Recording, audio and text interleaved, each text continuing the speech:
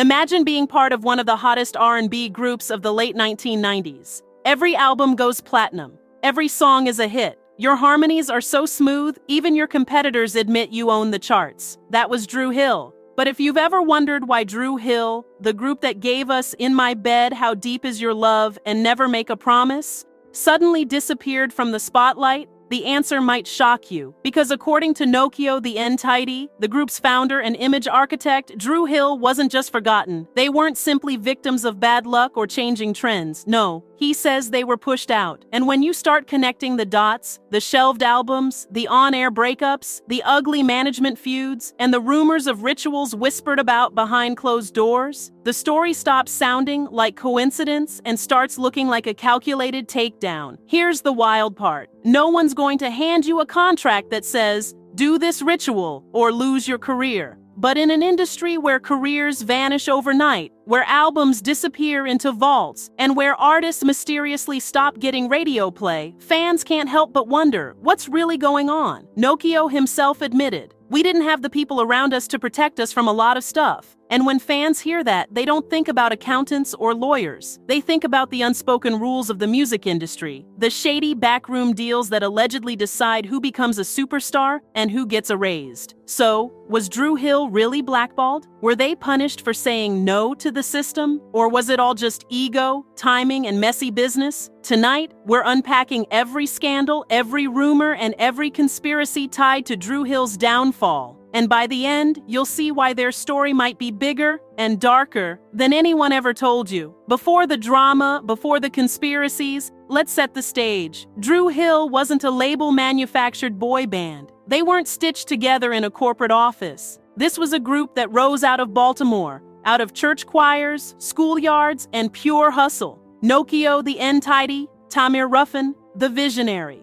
Nokio wasn't just a singer. He was the stylist, the producer, the architect. He gave DruHill its edge, its fashion, its vibe. He made sure they didn't look like anyone else. If Cisco was the fire, Nokio was the blueprint. Cisco, Mark Andrews, the breakout star. Flashy, charismatic, with a voice that could soar over any beat. He had the personality that labels love. Bold, loud, marketable. Later, he'd become the lightning rod of the group's drama. Jazz, Larry Anthony Jr., the powerhouse. Gospel-trained, with a voice that could bring the house down. If DruHill was a house, jazz was the foundation. Every harmony, every ballad leaned on his depth. Woody, James Green, the soul. With church roots and emotional delivery, Woody added warmth. He wasn't just singing notes, he was testifying. They hustled hard, performing at the Fudgery, yes, the fudge shop at Baltimore's Inner Harbor, just to get noticed. And eventually they did. Island Records signed them in 1996, and boom, DruHill, their debut album, took over the charts. Tell Me, In My Bed, Never Make a Promise. These weren't just songs, they were cultural moments. R&B fans clung to them. Couples claimed them. Every party, every radio station, every mixtape had DruHill on it. Their second album, Enter the Dru, dropped in 1998 and cemented them as icons. They weren't just making slow jams, they were crossing into movies with How Deep Is Your Love on the Rush Hour soundtrack. They had the music, the looks, and the momentum. But fame is a tricky beast. When you're at the top, you start attracting more than fans. You attract label politics. You attract management power plays. And, if you believe the rumors, you attract those invisible pressures, the kind that test whether you'll play the game or get played. And for DruHill, the cracks started forming sooner than anyone expected. So, how do you go from selling millions of records to becoming one of the most underappreciated, and some say deliberately sidelined, groups in R&B history? For DruHill, it started with a perfect storm of internal drama, label chaos, and whispers of something darker. For some, this just looked like natural group drama, but for conspiracy believers, it was part of the system. Keep the group unstable, keep the members fighting, and you keep them from ever reclaiming their throne. So by the 2000s, DruHill wasn't just a platinum group anymore. They were a group haunted by shelved albums, dramatic exits, management battles, and messy reality TV. And through it all, Nokio's words hung in the air. We didn't have the people around to protect us from a lot of stuff. But what exactly was that stuff? And is it really possible that DruHill wasn't just unlucky, but deliberately pushed out?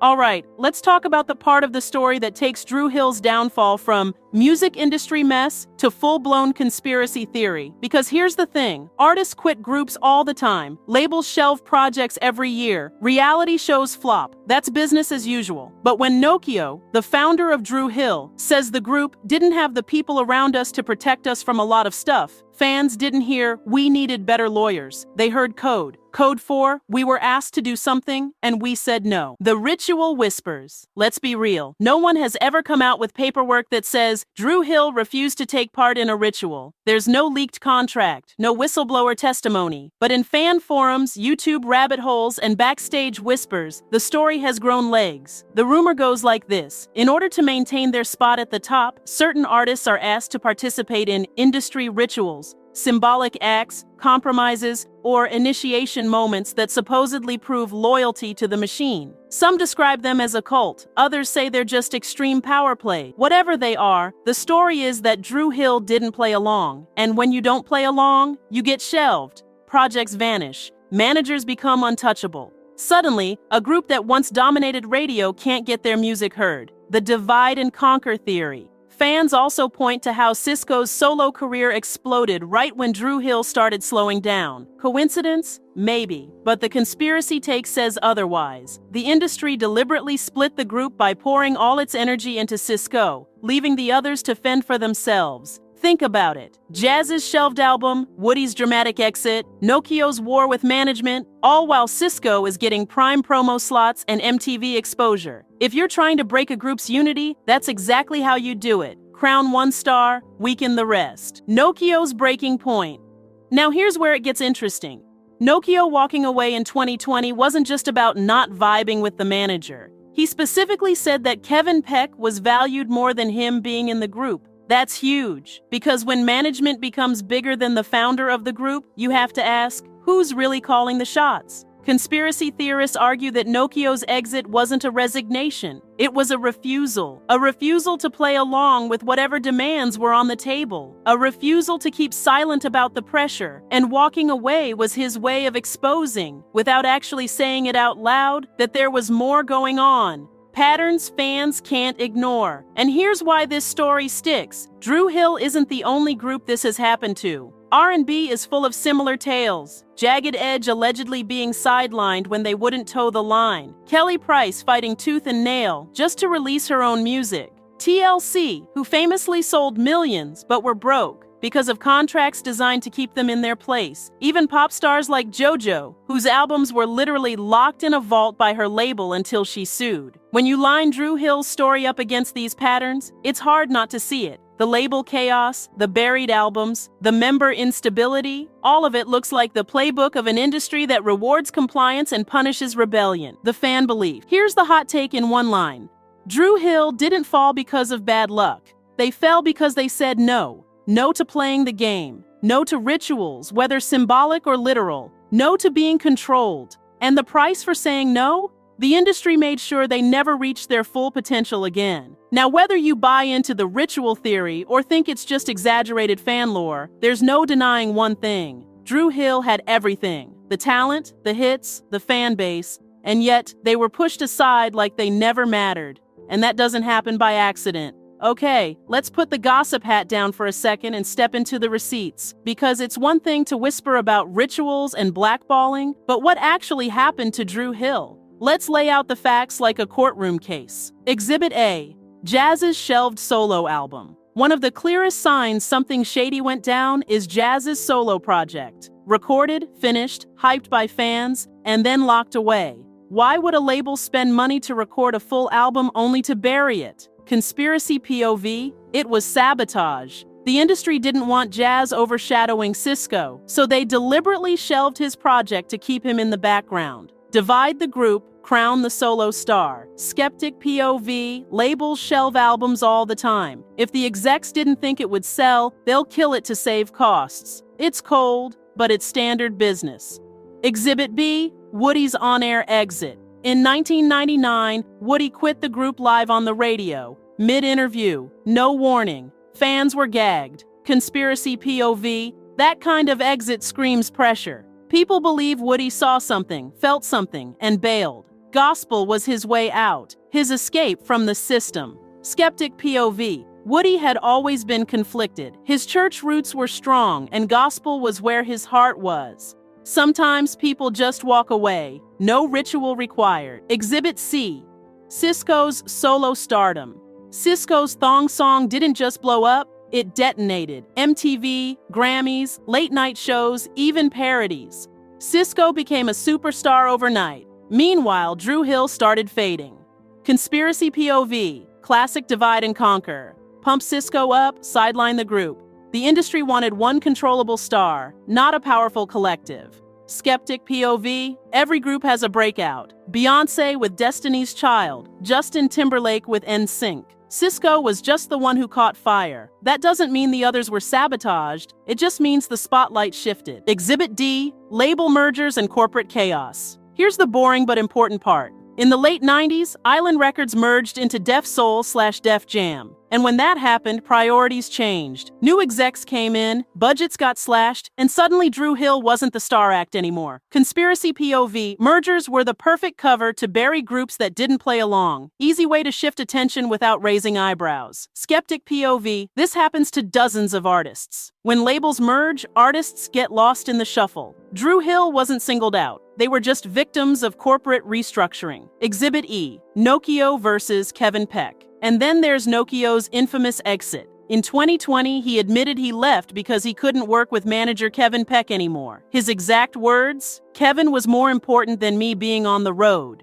Conspiracy POV. That's code. Management became bigger than the music. Nokio walked because he wasn't willing to comply with whatever unspoken rules were in play. Skeptic POV. Artists clash with managers all the time. Maybe it was about money. Maybe it was about ego. Doesn't mean it was some ritualistic takedown. The counter case. Now, let's be fair. There is no smoking gun that proves DruHill was blackballed or asked to do rituals. No leaked memos, no insider whistleblowers, no public lawsuits spelling it out. What we have are suspicious patterns, dramatic exits, and fan theories. And skeptics will say, all of this can be explained by the usual suspects. Ego, bad contracts, shifting labels, and personal choices. But here's the catch. When you see the same patterns across multiple artists, shelved albums, sudden blackouts, unexplained career nosedives, at some point, coincidence stops feeling like coincidence. So the question isn't, did rituals happen? The question is, why does DruHill's story look so much like everyone else's who allegedly refused to play along? Because whether you believe in the conspiracy or not, the receipts prove one thing. DruHill didn't just fall off. They were pushed down. The only question is by who and why. Here's the thing.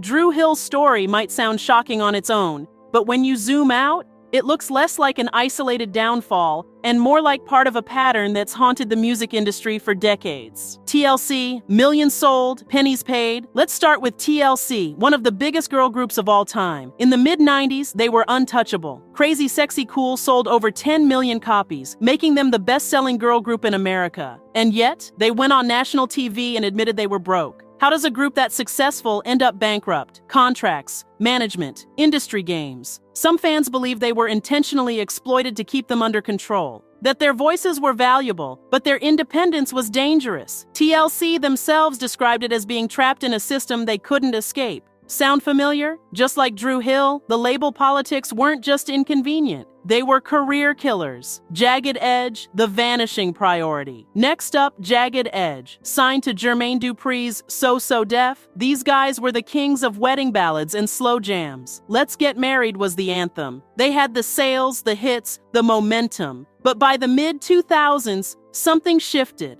Albums were delayed, promotion disappeared, and fans started whispering about blackballing. Why? Because they pushed back. Rumor has it Jagged Edge didn't want to play by the label's rules. They wanted independence. And just like that, their careers were no longer a priority. It's almost the exact same playbook people think happened to DruHill. Keep the group unstable, delay the projects, starve them of promotion. Kelly Price, the silenced voice. Then there's Kelly Price, one of the most powerful voices in R&B. She sang backup for Mariah Carey, Whitney Houston, and countless others. When she stepped out as a solo artist, fans expected superstardom. Instead, she got rumors. Industry gossip painted her as difficult. Radio spins disappeared. Albums got less push, and Kelly herself admitted she faced walls that had nothing to do with her talent. Fans believe Kelly Price was punished for demanding too much control, too much respect, and in an industry that thrives on compliance, that's all it takes to be sidelined. Casey and JoJo, the Fallen Brothers. Remember when Casey and JoJo were everywhere? Their hit All My Life was a wedding staple. These brothers, coming out of Jodeci, had the pedigree and the pipes to dominate, but their downfall was sudden. Yes, personal struggles played a role, but the speed at which the industry dropped them felt brutal. Fans speculated that once they became unreliable, the industry used it as an excuse to push them aside completely. And again, the whispers came. Maybe they didn't play the game. Maybe they became expendable. JoJo, locked in the vault. Now let's cross into pop. JoJo, the teenage powerhouse who gave us Leave, Get Out, and Too Little Too Late, should have had a career that rivaled Britney Spears or Christina Aguilera. Instead, she disappeared for nearly a decade. Why? Because her label, Blackground Records, literally locked her albums in a vault. She couldn't release music. She couldn't get out of her contract. She had the talent, the fans, the hits, and she was silenced. It took a lawsuit and years of legal battles for JoJo to finally break free. By the time she did, she'd lost her momentum. If that's not blackballing, what is? Hip-hop parallels, Dead Prez, Mos Def, and others. And it's not just R&B and pop. Hip-hop has its share of blackballing whispers too. Groups like Dead Prez, who rapped about politics and industry corruption, found themselves suddenly without support. Artists like Mos Def, Yasin Bey, known for refusing to conform, saw their visibility shrink. Whenever an artist gets too outspoken, too independent, or refuses to comply, the same thing happens.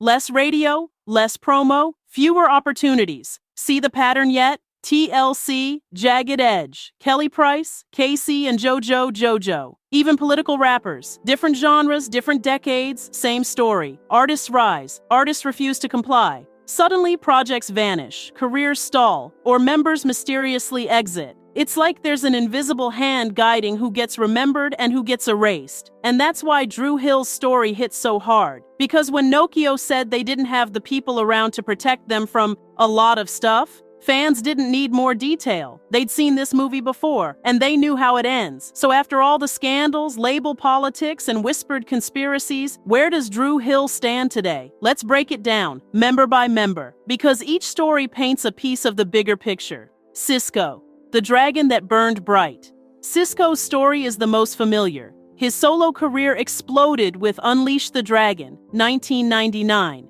and the Thong Song. For a minute, he was bigger than DruHill itself.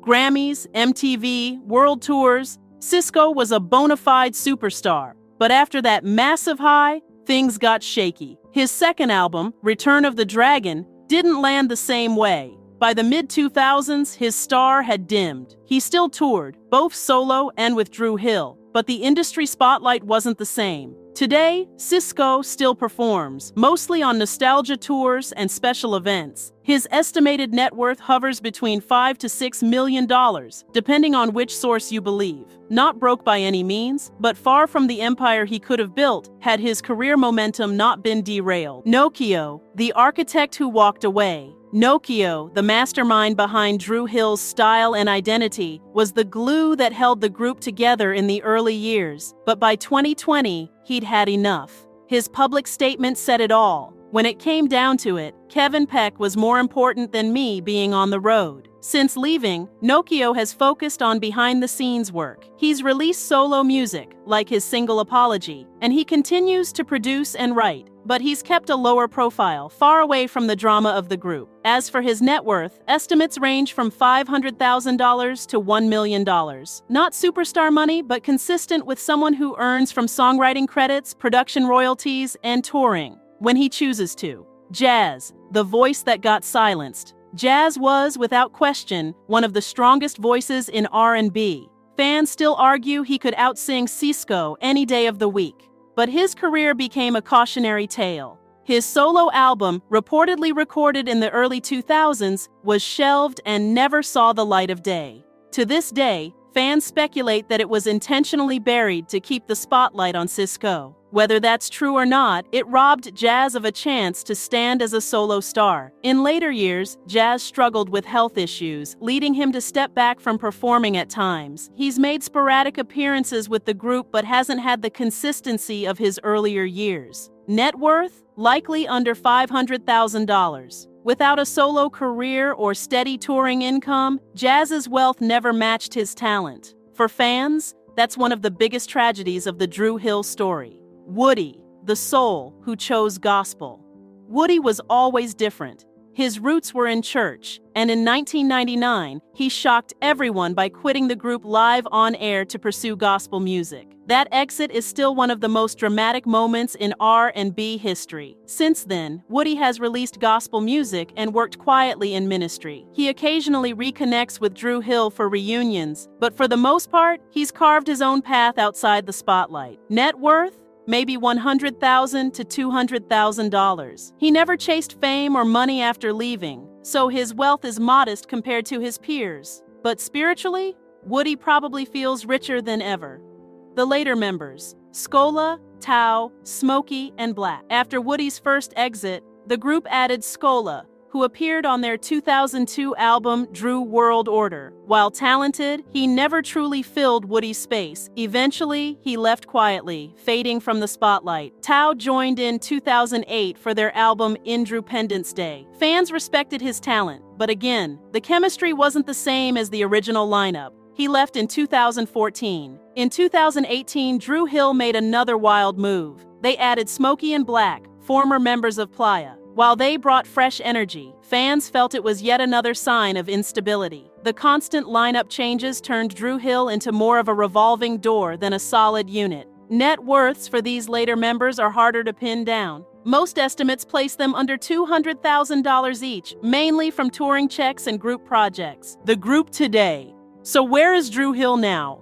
The group still performs. They headline throwback tours, make club appearances, and drop the occasional new track. But let's be honest, the glory days are long gone. They'll never again dominate radio the way they did in the late 90s. Legacy-wise, DruHill will always be remembered for their harmonies, their ballads, and their cultural impact. Songs like In My Bed and Never Make a Promise are classics that defined an era. Fans still show up, they still sing along, but the lingering question remains. Did they fall off naturally, or were they pushed out? What's fact versus what's rumor? Fact. Jazz's album was shelved. Nokio quit over management. Woody left for gospel. Cisco got the solo push. Rumor, DruHill was asked to do rituals. They were blackballed for saying no. Their downfall was orchestrated. Likely truth, they were victims of an industry that rewards compliance, punishes independence, and uses divide and conquer to keep artists under control. Whether rituals were involved or not, DruHill's decline fits the pattern we've seen across R&B and pop for decades. So what's left? A group that never reached its full potential, a legacy that fans protect fiercely, and a founder, Nokio, who may have told us the truth without ever saying it outright. So here we are. After all the chaos, the member swaps, the shelved projects, the rumors, and the receipts, what's the truth? Nokio once said DruHill didn't have the people around them to protect them from a lot of stuff.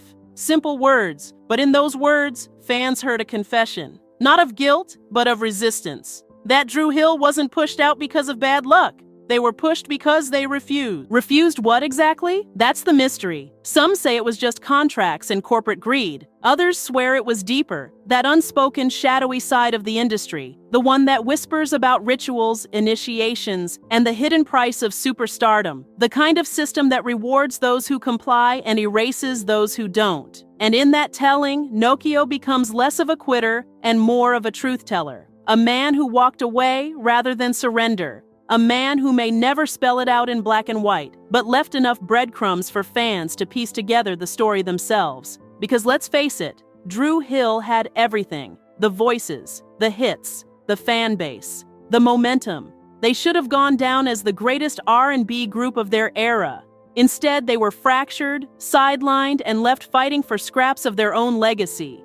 That doesn't happen by accident. And yet, despite all of it, DruHill's music lives on. Those harmonies still hit. In My Bed still plays at cookouts. Never make a promise still brings people to tears. How deep is your love still takes us back to 1998 like it never left. The industry may have dimmed their spotlight, but it couldn't erase their voice. That's the paradox. If the conspiracy is true, then DruHill is proof that even when you refuse the system, even when you're blackballed, you can't kill a legacy. You can bury an album, you can silence a tour, but you can't silence a memory. So I'll leave you with this hot take. DruHill wasn't just another group that fell apart. They were a case study, a warning, evidence that maybe the music industry doesn't just build stars, maybe it breaks them on purpose. But now I want to know what you think. Was DruHill simply another victim of label chaos and bad management? Or did Nokio's words hint at something darker? A refusal to play the game that came with a price? Drop your thoughts in the comments, because the truth is, this isn't just about DruHill. It's about every artist who ever said no and what it cost them. And remember, in the music industry, nothing disappears by accident.